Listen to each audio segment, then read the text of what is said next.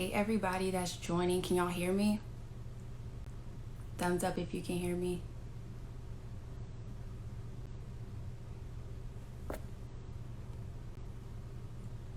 Can y'all hear me?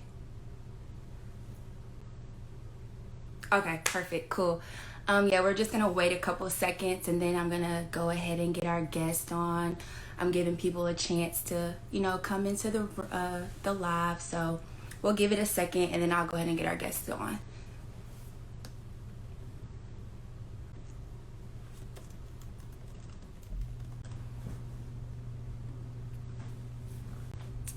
Okay, I see Taylor's in.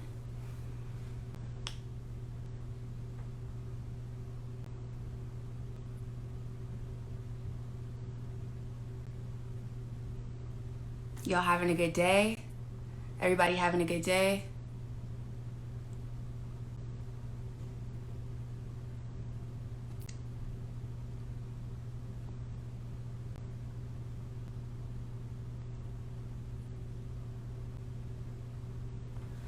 Good, good. Trying to get things set up, so give me just a second. I'm having a good day too, Go Babes. Shout out to Go Babes. I'm having a good day as well.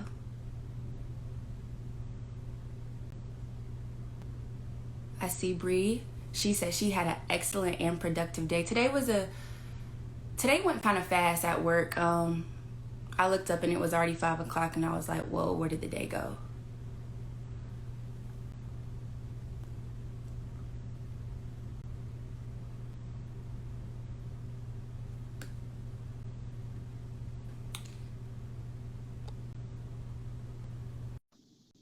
Okay, let's see. Trying to get Taylor on here.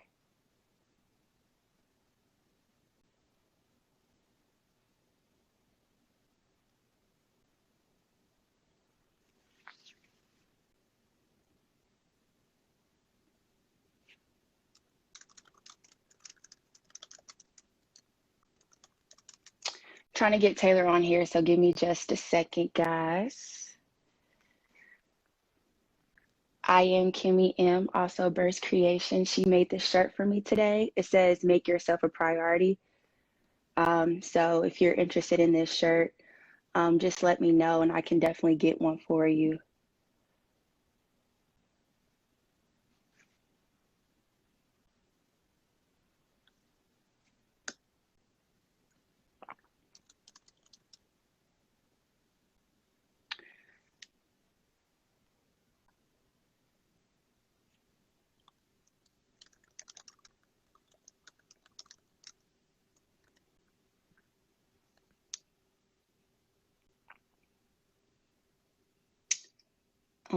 Okay.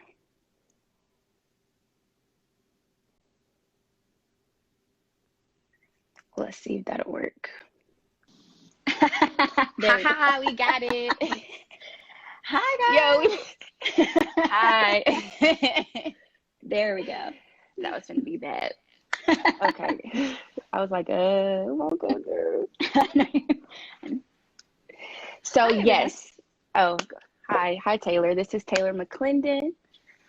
Some of you may know, majority of you may know her, majority of you may not. I'll give her a chance to introduce herself in just a second. So it's Mental Health Awareness Month, and seeing that, everything we do is for the culture, we're taking the time each Monday of this month to basically speak with therapists, healthcare professionals, and things like that so that they can tell the importance of this topic. A lot of times, it's not that we lack the knowledge, it's what you're going to do with the knowledge. So hopefully by watching these lives and these things that we're doing, you guys will, be motivated to take the necessary steps to, take the necessary steps to do what's needed for your mental health. So before we get into anything, I'm going to take like 5 seconds and I want everybody to share this live with like 2-3 people. I'm going to give you 5 seconds. I'm about to go share it as well. So do 5 seconds to share this live with 2 people, 2 to 3 people, okay? All right.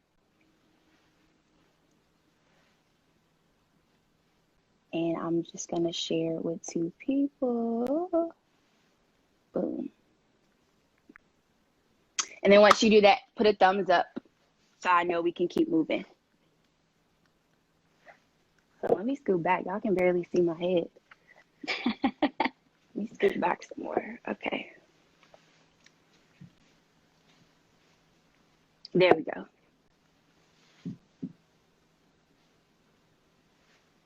All right.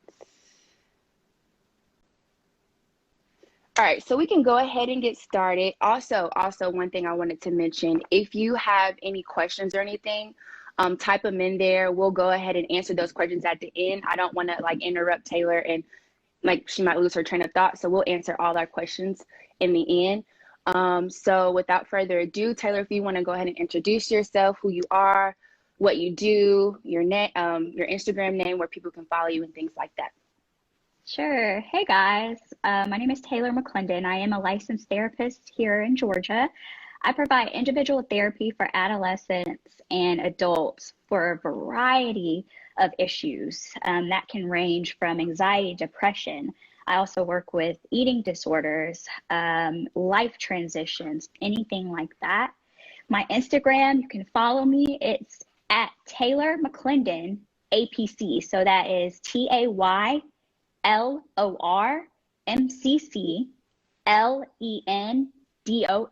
APC. Okay, thank you for that. And I'm just gonna, start it off with a general question. What made you go into the field that you're in, and briefly explain why like mental health is important to you? Sure. So in my family, I noticed that there was a lot of mental health issues that were circulating in our family, but nobody wanted to talk about it. Being Black and from the South, I was raised in the church. So mental health was just not a thing that we spoke about because a lot of the times the answer was that we pray it away or we go to God and ask for the answers that we need so that He can heal us. But one of the things that I noticed through that is there was no safe space to talk about how I was feeling. And there was no safe space to discuss some of the life things that I was going through that I didn't quite understand. Why I chose to get into the field and why mental health is so important to me is because I want to create that safe, non-judgmental space for other people because we all go through things. And I'm a believer of the Lord myself, so going to God definitely helps, but you always need an unbiased third party that can help you through some of these things to let you know that A, what you're experiencing, you're not crazy for feeling the way that you feel. And B, how can I go about understanding that and being comfortable sitting in that space, knowing that I'm having these thoughts and these emotions. So that's a little bit why I feel like mental health is so important, especially for what's going on in today's time. I think we all need a space to be able to discuss just how it really is affecting us without being judged or without feeling like I don't know enough about what's going on. Because one thing that I can tell you is you may not know a lot about what's going on, but you know the feeling that you're having about it. So being able to come into a safe space and discuss that's why I think it is so important right now that people do therapy. Even you don't have to have a mental health diagnosis to do therapy. Just coming and discussing these really good things or these things that you're not quite sure about and having that unbiased third party, I think is really important. Yeah, that you made some very great points. It's not necessary that you even have to have things going on in your life. Absolutely. Just having that space to be able to speak about certain things is great. So seeing that you are a therapist and things like that, what exactly is therapy? Because I know a lot of times we have these own thoughts in our head about what we think therapy is, but what exactly is therapy? Absolutely. So I always tell people therapy is a space for you to relieve and unload your emotional distress, unload the mental health problems. Like, myself, I deal with anxiety a lot. So being able to have that space to unload some of this stuff. One caveat to that I think a lot of people have to be aware of is unloading on your family and friends. You have to be extremely careful with that because you never know what they may have going on, what type of day they had to where they can understand and accept that unloading.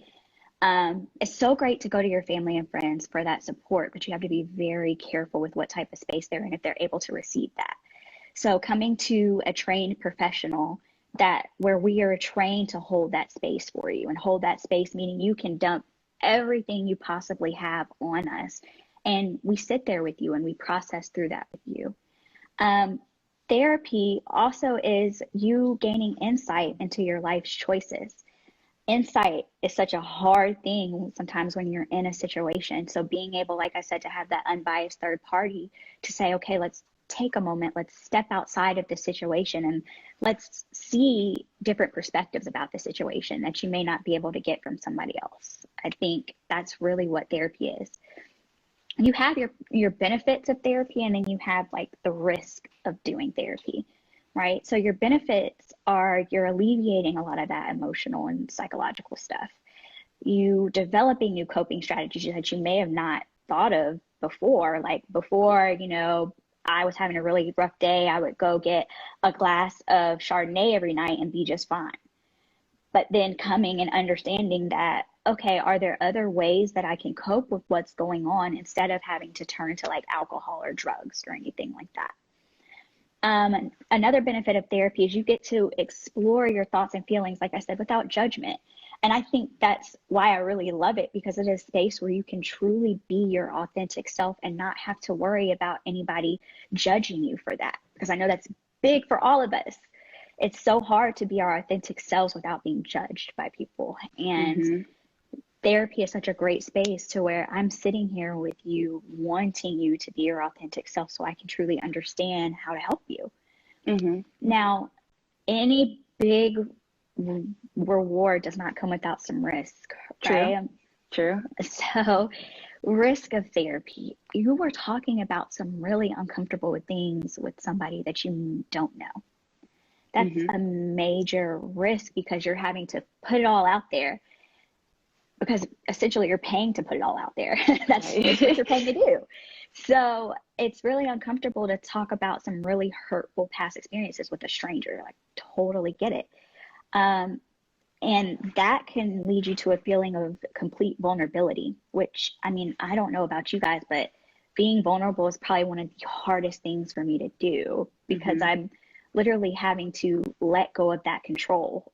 And ultimately I'm giving you the full control to judge me or not judge me, or however that may be. And then your relationships with others could change from you doing therapy, which is a really big one. Because one thing, when you start to better yourself and start to gain some insight over situations, sometimes that could lead to either people really being on your team and really being for you, or you realize that the people that you thought were for you weren't necessarily for you. And that can be a really hard thing to uncover. So kind of being in the space, no better space than being in therapy to process all of that when that's going on. So one thing that I did want to pick out that you started when you started talking about therapy is unloading on people and not personally knowing what that person is going through. And a lot of times you begin to friends will come unload on you, and you begin to take on what they're dealing with plus whatever you're going on with. So I think that is so great. And sometimes it's like, as a friend, we might feel, well, you're my friend, so you're obligated to be able to, listen to me. You're right in that instance. But in the same time, a lot of times we don't ask, hey, are you in the mental space right now for me to be able to unload on you right now, because I'm going through something. So I think that's definitely something that I have learned with my friendships, being able to ask, hey, are you mentally in a space where I can unload, because I'm going through something, because I never want my friend to have to balance what I'm going through and what they're going through. So I think that is that was a great point that you made, and I did want to mention that I definitely agree with that. So speaking of therapy, I know everybody's taken that intro to psych class in college, and about the different types of therapy. Can you go in a little bit of detail about the different types of therapy? Sure, there's so many. Like there are different schools of therapy that we all may, every therapist is going to be different. We all come from a different perspective. Like for me, for instance, I do a lot of like dialectical behavioral therapy, which is like behavior therapy, which is teaching you how to do things behaviorally to change your thoughts and your feelings. So what type of changes can I make behaviorally that could potentially alleviate some of the symptoms that I'm having? Mm-hmm. Then you have what's called cognitive therapy, which cognitive therapy specifically looks at how you think about situations and how certain thoughts can contribute to how you do things. So it specifically targets changing your thinking patterns in order to get the results that you're looking for. Mm-hmm. There's also what we called a psychodynamic approach, which that therapy, I don't know if you guys have ever heard of Sigmund Freud. So Yep. Sigmund Freud was pretty much the catalyst for that psychodynamic approach. And that's looking at childhood experiences and how your childhood experiences have can contribute to how you analyze and behave in certain situations Sorry, I got a little notification, but there are so many different forms of therapy. I myself, I am an integrative therapist. So that means depending on the client, I will pull from different schools. It's so funny, I was having this conversation the other day, but I'm not one to do one approach fits all. I'm not that type of therapist, mainly because everybody needs something different. And what I also know is that sometimes day to day, you may need something different. Like today, you may need a little bit of behavioral therapy. Tomorrow, you may need some psychodynamic stuff. So I, as a therapist, I like to just have my toolbox full of different things I can pull to figure out what fits best for you in that moment. One of the things that I encourage everybody to do if you're seeking therapy is to ask questions like this, and go research. I always say research, research, research. Think about what works best for you in that moment. Are you trying to change your behavior and you're trying to figure out, this is how I'm thinking and feeling, why do I act like this?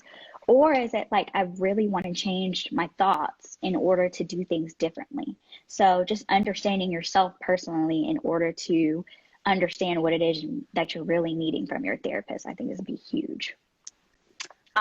Yes, definitely. If you guys have questions and things like that, I did want to mention, if you have questions, you can go ahead and ask them. We'll answer those at the end. I do see some of you have already started asking questions in the question tab on the side at the bottom. Great. We will get to those at the end. I don't want you to think that we don't see them. So that brings me to my next point. I was watching, I don't know if you guys watch This Is Us. I can't even remember what network that comes on. Don't even remember. But This Is Us. And I remember Randall, he's adopted into a white family. He's a Black male. And he was trying to basically choose a therapist. And the first therapist that he chose, seeing that his mother was white, he thought it was best that he got a white therapist because that's what made him feel comfortable. That was his blanket. That's what he related to. After a while, he realized that his needs weren't getting met. He was still having certain thoughts and anxiety about certain things. So he ended up going to a Black male therapist. And he realized that that therapist was able to expound and tap into different things that that the white therapist wasn't. No discredit to her, but he just couldn't relate to her as well as he could relate to the male. So could you talk about the importance of choosing a therapist, what's important to consider, what's important to think about when you're choosing a therapist to make sure that you're getting the best experience? What questions should you be asking when, choosing a therapist? Sure. First and foremost, I tell people this all the time, when choosing a therapist, it's less about the therapist's experience, what they know, what they can really pull from a book, but more about who that therapist is as a person. The most important thing we all say is you have to like your therapist, otherwise it's not going to work. So being able to say, do I do I really feel like our personalities match? You know, the style that you're giving me, is it something I can take, or are you a little too directive for me? I think is the first question you need to figure out for yourself. One of the things that studies have found also is that more people prefer going to a therapist that they feel like they fit who they are, meaning that if you are a person of color or you are white, studies do show that kind of going to a person of color, going to a white therapist that matches you, people are more better off. But that's just because you have to think about it as a lot of people are comfortable with what they know. Right. So understanding that, okay, me as a Black woman, when I go to this white therapist, am I going to let my bias get in the way of this person being white and me being Black? Or would I rather go to a therapist, a Black therapist that I think could understand me a little better? That being said, the other piece to that is not discounting the fact that a white therapist may not be able to understand what you're going through, which I hear that a lot. Yeah. One of the things that we are trained to do is to ask questions if we don't know. Therapists, we are naturally curious. That's just who we are. That's why we go into the field, because we don't know how to mind our own business, essentially. So, you know, being able to go to that white therapist and, you know, being able to have those conversations with them to say, hey, this is what I'm really experiencing. And that therapist being comfortable enough to say, okay, well, I don't really quite know a lot about that. Can you explain that to me, or can you share your experience with me? That is the marking, I would say, of a great therapist, is being able to tell people when, hey, I'm not really sure what that's like, but can you tell me? So that way you feel comfortable recounting your experience and teaching your therapist something. I can guarantee you, I've been in this field long enough to know that there's nothing I love more than my clients teaching me things about the world, or teaching me things even about myself that I probably never thought of. Because it just takes you a lot further than when you're closed off and you're not willing to learn. Specifically, you know, outside of who the therapist is as a person, first and foremost, let me say, guys, therapy is an investment, okay? It is not going to be cheap. There are a lot of therapists out there that do accept insurance. There are a lot of therapists that don't. There are a lot of therapists out there that are free. One thing that I will tell you guys is, just because a therapist is like $200 versus somebody that accepts insurance versus somebody that's free, doesn't make them any less of a good therapist. It's all about how you fit with that person. Like, it's literally like a dance, being in a relationship. If you know that this person that you're entering into this relationship is not for you, you should probably reconsider that relationship. And it's the same thing in therapy. Absolutely. Even more so in therapy, because we are going to be doing some extensive work together. So I want you to be comfortable before we enter into that space together. And it's okay to fire your therapist. We're not going to be upset. You know, it's all about you at the end of the day, and this is what you're paying for. So rather pay for what really works for you, rather than pay for something that you feel like you're not getting what you want out of it. So always consider the cost of therapy. Understand what's in your budget. Understand what you're willing to pay, and then entering into that. Understanding that therapists, we charge by, it's really 45-minute sessions. At least for me, I do 45-minute sessions. Sometimes they bleed into an hour just because of what we're processing. They need a little bit more space and time for that. But most therapists do 45 minutes to an hour sessions, and they charge per hour. Understanding, do you want to run through your insurance company, or would you rather just pay out of pocket for services, and understanding what that looks like financially for you? And then asking your therapist, hey, do you guys offer a sliding scale? And sliding scale being that a therapist will adjust their rate depending on your financial situation, with the understanding that when your financial situation changes, whether it gets better, it gets worse, you guys are able to have that conversation to say like, hey, it looks like your financial situation is doing a little bit better. How do you feel about going up to my rate to more of like my normal rate, or would you like to just adjust slowly? So being able to have that conversation with your therapist to say, hey, do you offer sliding scale sessions? And that way, if you're not able to pay that $200, you guys can adjust the rate based on what you both agree on. Like I briefly mentioned, understanding a therapist's professional experience, right? What has that therapist done that qualifies them to treat you? So where did they go to school? How long are they in school? Are they licensed? What type of training and education did you get? A lot of times we as therapists, we have to go through, get a master's degree, and then we have to be licensed by the state in order to consider ourselves and even use the name as therapist. Myself, I am an APC.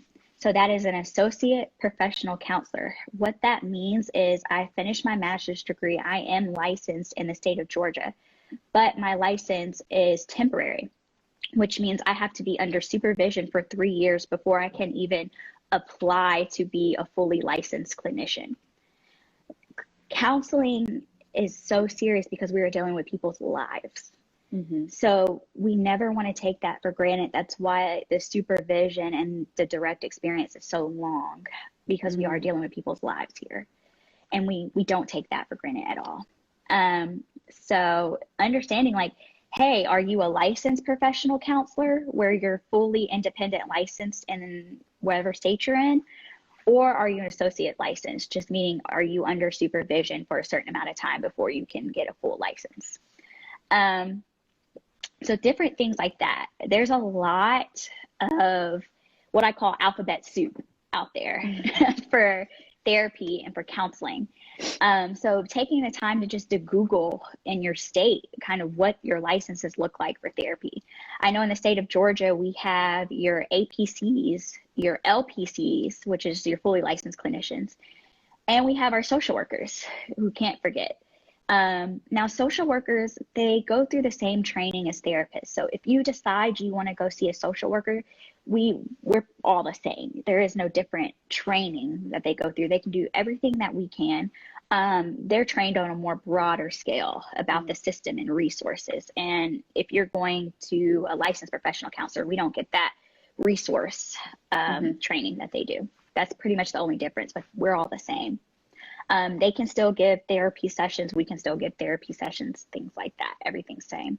One thing that I encourage you to do, because I know we don't have time to go through the full alphabet soup, but I would say just Google it and understand that if you're going to choose a therapist, what do all these letters mean behind their name?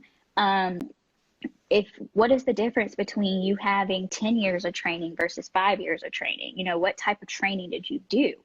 You know, asking those questions of your therapist, and your therapist should be very open to talk about things like that with you. What type of specific intervention training do you have? What have you done? Like, where have you worked? Who have you worked with? Those are the really type of questions that you really need to be asking your therapist. I know that was long-winded. I think people got I learned some new things. I'm sure those watching, tuning in, did learn some new things about, you know, what's needed in choosing a therapist. I think that is so important. Just from watching, like I said, This Is Us, like I realized how important it is. You can't just go to anybody. You can't, just because your mom goes there, your daddy goes there, doesn't mean that that person qualifies and fits for you as well. So picking someone for yourself and someone that you're comfortable with, someone that's in your budget, is very important. Because it's another thing to go, the counseling is great, but they don't fit in your budget. And now you're stressing because you can't even pay them, or you can only go, you're supposed to go once every week, and now you can only go once a month. And now you're not getting the care that you need to make sure that you're doing okay. So I think that is very, very important. A lot of people have misconceptions about what therapy is. So can you tell everybody what therapy is not? Therapy is not a lot of things. So the first thing I can tell you, therapy is not a place to receive advice. So going to your therapist, asking like, hey, I have this situation. What do you think I should do? I think the number one question I get a lot of times is about relationships. Should I break up with this person? Should I divorce this person? What should I do? I'm not going to tell you one way or the other, because that is a major liability on my end, and I could get sued if something happens. And you say, well, my therapist said, we didn't tell you to do that. Okay. So it's not a place to receive advice. So if you're going to therapy to try to get advice on situations, you're going to be disappointed, because that's really not why we're here. It's also not a replacement for your friends and family, okay? Your friends and your family are support systems for some of you, if that's the friends and family that you have. So being able to talk through things with them is still really, really good, because one thing about therapists, we're not available 24/7. My phone gets shut off at 8 p.m. That's it. And I am not answering you to the next morning, because I also have a life that I have to live. So I'm not a 24/7 therapist. So being able to have other people outside of us when you're in a place where you need some assistance, you still need that. Okay. This is my favorite one. Therapy is not a fix-all. You will not come to therapy and magically all your problems will be solved overnight. That's not how it works. Therapy, I always say, is a process that you're going to go through. We provide the blueprint for you. It's up to you to decide what you're going to do with that blueprint. I can give you the tools, but I cannot do the work for you. Okay. So there are going to be situations that are going to be much better than before you went to therapy. There are going to be situations that sometimes, yes, can magically work, but there are some situations, and we have to be realistic, that you're probably still going to be in. And going to therapy is teaching you how to manage those situations, but not fix the situation. One thing is, therapy is not easy, guys. Therapy is not easy, because therapy is a space where you are holding the mirror up to yourself. And that can be really, really scary for a lot of people. So being able to enter into that space and know that I'm going to have to do some work, some hard work here. I'm going to have to put in the time. I'm going to have to put in the effort. And I'm going to have to sit in these uncomfortable emotions that I've been putting off for so long. And being okay with that, it's not going to be easy. Okay. Therapy, and I laugh at this one because every time I tell people I'm a therapist, this is the first thing I get. Therapy, we don't mind read, okay? We are not mind readers. We are not telepathic. We are not psychic, okay? You have to tell us. You are the expert on your own life. We may have seen certain situations like yours before. We may work with those situations all the time, but your experience is unique to you and it is your own. So we can't mind read and you just sit there and expect us to know exactly what you're going through, because you are the expert of your own life. So how am I going to tell you what your life experience is like? I haven't lived it, you have. Right? Therapy also is not right for everyone. You know, it's really deep, hard work that takes place. And if you're in a space where you're just like, I don't think I need therapy because I'm okay talking to my family and friends and getting through things, that's okay. You know, not everybody's gonna need therapy. It's only for the people who really want to work and really are in a space where I feel like I can't go to my family and friends, or I feel like every time I go to my family and friends, I feel even worse off than I was before.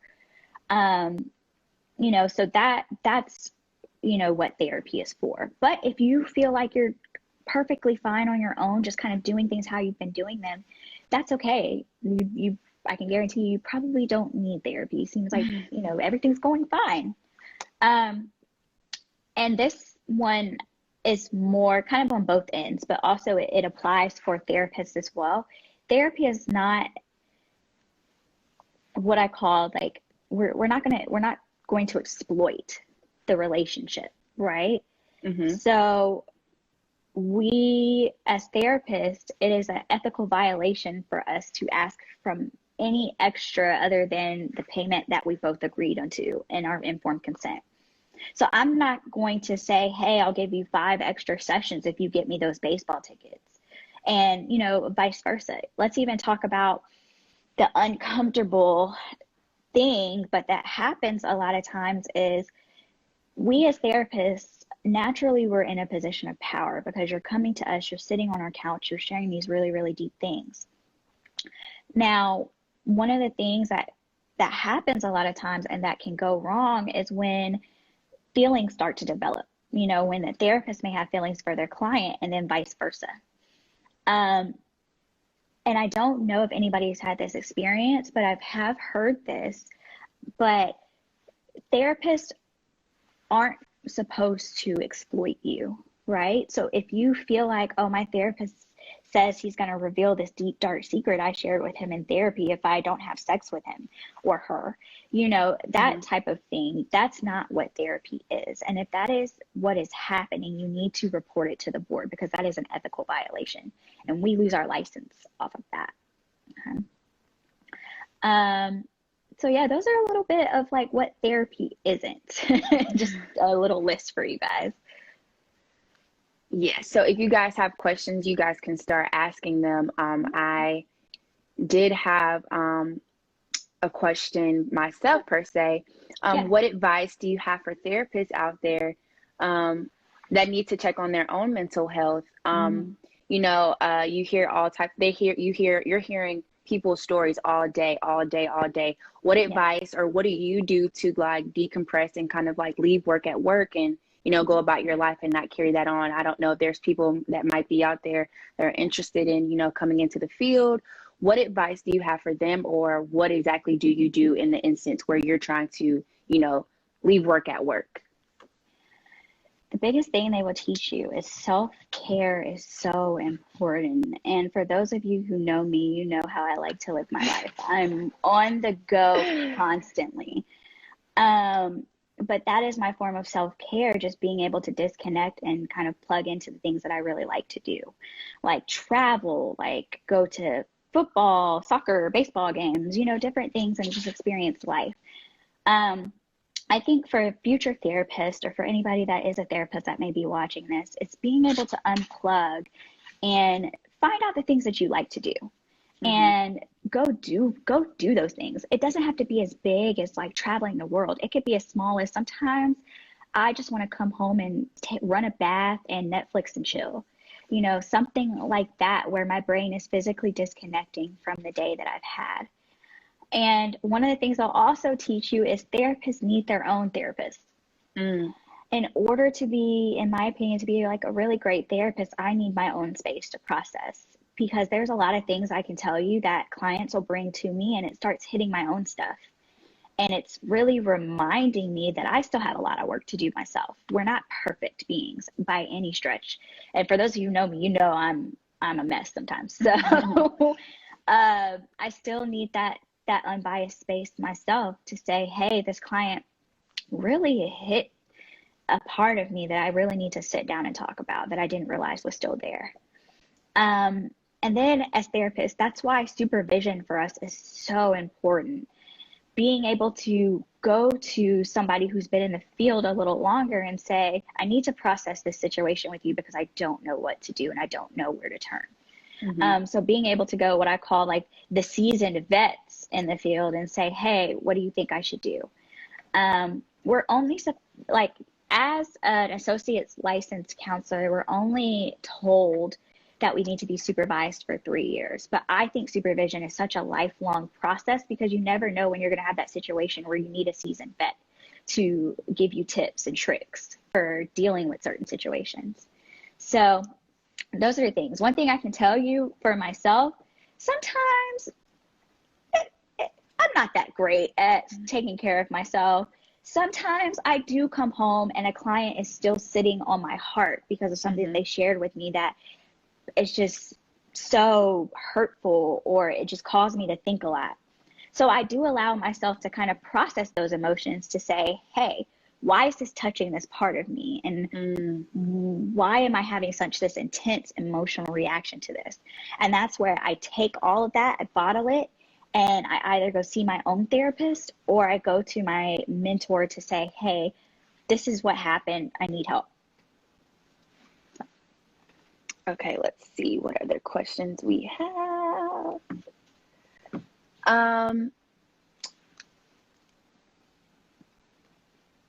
Would you be a therapist for someone you know, or do you feel like it's a conflict of interest?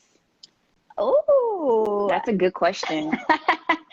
So I love that this question was asked, because I have to explain this to a lot of people, because I have a lot of friends, really great friends, right? And it is a conflict of interest. And I got this question, I want to say a few weeks ago, and let me tell you guys why. There's something in the therapy world that is an ethical violation. It's called a dual relationship. So a dual relationship means if I know you in any type of space, form, or fashion, I may not know the deep, intimate details of your life, but if I know you in any type of other setting, that is what's considered a dual relationship in therapy, and I could lose my license for that. And us as therapists, I can definitely tell you, we're not losing our license out for nobody, okay? We worked hard for it. And it took a lot of stress and a lot of tears, but we got it. So we're not letting that go for anything. So me personally, I will always refuse to see somebody that I may have seen in a different social setting. It gets even sticky situations because as we all know, living in Atlanta is so small. Mm-hmm. So I've seen some of my clients, we run in very tight social circles. So they may come up in my friends you may know on Instagram or friends you may know on Facebook. And I do my very best to kind of navigate those and kind of what I call go hide. Because I never want to run into a situation where I'm having to explain myself to the board why I accidentally entered into this dual relationship. Because again, I could lose my license. And just because I may have known you, like I've seen you a couple times out, we've spoken, you know who I am, that to me is still considered a dual relationship. I may not, again, know the intimate details of your life. I don't know your family story. I don't know your relationship history. But if I've ever interacted with you in some type of social setting, the answer is no. And outside of the ethics of it, right? Let's just talk about the oddness of it, because there could be potential where I see you back in that same social setting. So you never want to enter into a relationship with somebody where there's some type of fear there where, oh my God, I'm friends with my therapist and we go to soccer games together. And I'm so afraid of when I go to this soccer game, she may reveal this intimate detail that I shared with her. You never want to enter into that space because that damages the therapeutic relationship that we have. They always say trust is such the biggest foundation of a relationship, and it still applies even in a therapeutic space. You have to be able to trust me in order for us to do our best work together. And if that's not happening, then I can tell you you're wasting your money for sure. So if you guys may know Taylor and you thought that she would be a good fit, I would still reach out to her and see if she recommends someone else for you, because she's not going to, not help you and get you the help you need or get you someone to talk to. But if you are, looking for someone, still reach out to her and she'll be able to help you find someone that will, fit the needs for you. Absolutely. Always reach out to me. If you reach out to me and need therapy resources, I'm never going to say no. I will always give you the resources that you need. But if you reach out to me and you may not be watching this and you missed the part where I said I can't see you because I may know you in a different setting, I don't mind explaining that either. Because one thing that I do know is a lot of people don't know about how that works. So I don't mind explaining it to you and explaining my reasons why and providing you with resources. I have really great therapy friends, right? I know a lot of people in the therapy world. If you need a therapist and you really are looking for something specific, let me know. I know where to guide you. I can give you all of that information. So don't ever be afraid just because I may know you that you can't come to me and ask questions. I'll always answer your questions because I love therapy so much. That is true. She's some of the speakers that will be on here on Mondays, we actually got references from Taylor. So I will stay true to she's in contact with some very great people, and I'm excited to have them on the show. Well, this is not a show. I'm excited to have them on the live. Okay, going to the next question. Should couples get individual therapy before couples therapy, or does it matter? Oh my goodness. I love these questions. Another good one. These are great questions. It depends on what you're really going to therapy for. Because sometimes even if you go first and do couples therapy, that could lead to the realization of, man, I may need my own therapist to work things out with. So it really doesn't matter. It just depends on what's most important to you at that time and during that time. I've heard people going to individual therapists for first and going to couples therapy. I've heard of people going to couples therapy and realizing they need individual. So it really doesn't matter how you do it. Word of caution, I would highly, highly, highly recommend that if you want to go to couples therapy and do individual therapy, that you make your therapist separate. What that means is your couples therapist needs to be a completely different person from your individual therapist. Reason being is it goes back to trust in a therapeutic relationship. So if your couples therapist and your individual therapist are both the same, sometimes there could be potential for bias unknowingly. And then too, part of it is when you're sharing some deep things with your therapist and your therapist may not be responding in the way that you want them to respond, or they may say something that you don't necessarily like, there's an easy way that you can kind of go to this place of, oh my God, she is on the side of my spouse or my boyfriend or my girlfriend, or like, however, it's always so easy to kind of cross over into that space. So I would highly recommend to process your own stuff. I would do it outside of your couples therapist and make it a completely separate person. That was a good question. Absolutely, yeah. What resources do you suggest for people who may not have insurance or cannot afford professional help? Yeah, so there's a lot of free services out there. And one of the things too that you can do is self-help books are really big. I know kind of during the whole quarantine period, a lot of apps came out that can help you when you were feeling in a really stressed place, or you're feeling really anxious, or however you're feeling. I know a lot of apps came out during that time. Like, I don't know if you guys have heard of the app Calm, which works a lot with you sitting. It's what we call mindfulness meditation, but it works to slow you down and help you deep breathe and put you in just like a really calming space to be able to not think so fast, but to kind of do one thing at a time. So there's apps out there. There's definitely free therapy services that you can access. There's what we call in the community as community service boards, which is basically essentially community-based mental health services. So community-based mental health services are free as long as you live in the county in which they are offering the service. They are free. That is paid for by the state, because as part of the state, one of the guidelines is they have to have some type of free mental health service for people that cannot afford or are uninsured, things like that. So I would just Google your local community service board in your county and see if they offer therapy services.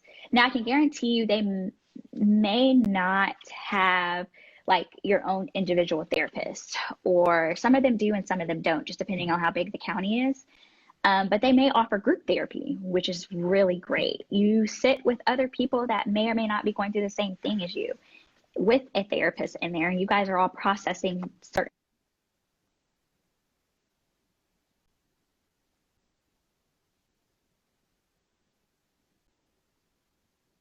I'll give her a second. Seems like it's fooling. You guys can keep the questions coming in. I did see a couple more, so you guys can keep them coming. You are asking some very great questions.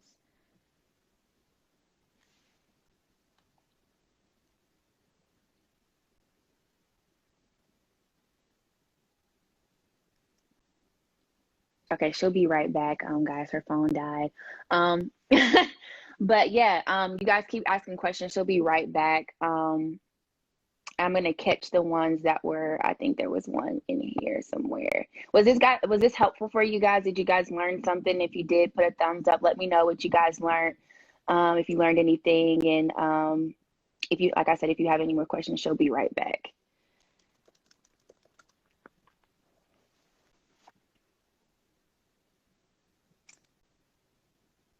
Also, her Instagram, her professional Instagram was at Taylor, Taylor, McClendon, McClendon, APC. Taylor McClendon, APC. That is her professional Instagram. You guys can go on there, reach out, ask her those questions that you may didn't feel comfortable asking here, but ask her those questions that you want to you might want to get those answers to. And if you guys do know her and you're looking for a therapist, she, like I said, some of the people on here, she referred them to us. So they're a great resource. She's a great resource. She knows a lot of people. Even people were reaching out. Hey, I didn't even know you guys knew Taylor. She happens to be my line sister, but a lot of people, she's well known in her community. A lot of people, once we posted the flyer, a lot of people did reach out and say she's a great asset. So follow her if you have those questions and things like that. Thank you guys. You guys are asking. You guys are asking more questions. Oh, you like my shirt? Like I said, I got my shirt from First Creations. This is actually my sister. She makes shirts. It says "Make yourself a priority." Every Monday, I'm going to have on a different shirt. So that is about mental health. So if you guys are interested in any of the shirts that I'm wearing, just let me know and I can get those orders done for you. She said she's back up and running. Let me see if I can get her back on. There she goes. Let's see if she is back. There she goes, guys. Sorry, y'all. My phone just up and decided it wanted to die. It's fine. So we got to change the angle a little bit. That's fine. Okay, let's get back into some more of these questions. Natural Coco says, yes, it was helpful. I never thought about having separate therapists with couples. We got some thumb ups from Glow Babes. Check out Glow Babes, great skincare products. Check them out. We got Brie Adams. We got, I've heard of that before. Great. Hey, Pete, I see you. This event was extremely helpful. And then we have you seen an increase in individuals going to therapy since the pandemic? Oh my gosh, absolutely. We have been slammed since the pandemic. But I think it is such a blessing because that means people are really recognizing the value of mental health and understanding that it's okay if I need to go talk to somebody. We talk about this all the time and the stigma of mental health, and people don't want to say like, yeah, I have a therapist because they're afraid of what that can mean or what that could look like, talking about that judgment. But one of the things I'm so happy about seeing is ever since, the pandemic and everything that has been going on in life, people aren't afraid of that anymore. And they're more open to saying, hey, I need to go talk to somebody because something's not right about how I feel, and I understand that. So I'm just super happy about that. And the biggest plus is being able to have these conversations with other people to say, hey, I am seeing somebody, or I am seeing a therapist, and knowing that your friends are not going to judge you for that and they're celebrating that. I think we've made major leaps and bounds in mental health, but we're still not done yet. But definitely since the pandemic, it's definitely people have seen our value and our worth and are celebrating us for sure now. So I'm just super happy for that. Okay. Let's see. What are some great ways to help little kids, toddlers from stressful situations, considering they're not familiar with communicating these type of things? Oh my gosh, absolutely. Taking a toddler to a child therapist. We have children's therapists out there that specialize in what we call play therapy or art therapy. with kids, a lot of times they may need another outlet to communicate how they're feeling or what's going on with them. So taking them, play therapy is simply sitting your child down with a therapist that is certified in play therapy, and they're playing with different toys to be able to explain how they feel. So they have things out there, what we call like a stress doll, or where on certain parts of the doll, you're able to tell your therapist, like, this is what I feel here, this is what I'm feeling here. Or they have tools, like you're basically playing games with kids. There are card games you can play about therapy. There's something that I use that's called Thumball, where it has different questions on it depending on what the topic is, and you're throwing it to the child and they're answering these questions for you. So different things that you can do like that to really get a child talking than your traditional, talk therapy that they may not understand all their emotions yet. And then, being able to sit a child in front of a child therapist, because child therapists are specifically trained for that. How to speak to children in a way that they understand, how to get them talking about certain things, how to make them feel comfortable to talk about these things. And, when a child says something to the effect of, oh, I get sad when mommy and daddy, being able to really work with the child and process, okay, what does that sadness mean? Where do you feel it? What does it look like on a child's terms is really useful for them. Okay, let's see. I think that is all the questions that we have, unless you guys have any more. I'm going to keep it on for a couple more minutes to see if you guys have any more questions or anything you want to ask Taylor. Taylor, do you by chance have like a podcast or blog or anything that people can follow you on and keep up with what you have going on? Absolutely. So as always, you can totally follow my Instagram, Taylor McClendon APC. You can also follow my podcast. I have a podcast with 3 other fellow colleagues. It's called Basket Case Mental Health, or Basket Case MH. And we're restarting that podcast actually this Sunday. So the episode will be out probably in a couple weeks. But there's already episodes on there. It's on Apple, it's on Spotify, whatever platform that you typically use, we have that as well. And that's just talking about life stuff. One of my favorite episodes is when we discuss the Will Smith, Jada Pinkett Smith Red Table Talk, and from a therapist's point of view. Follow that podcast, subscribe, stream it. We talk about a lot of topics, from relationships to grief.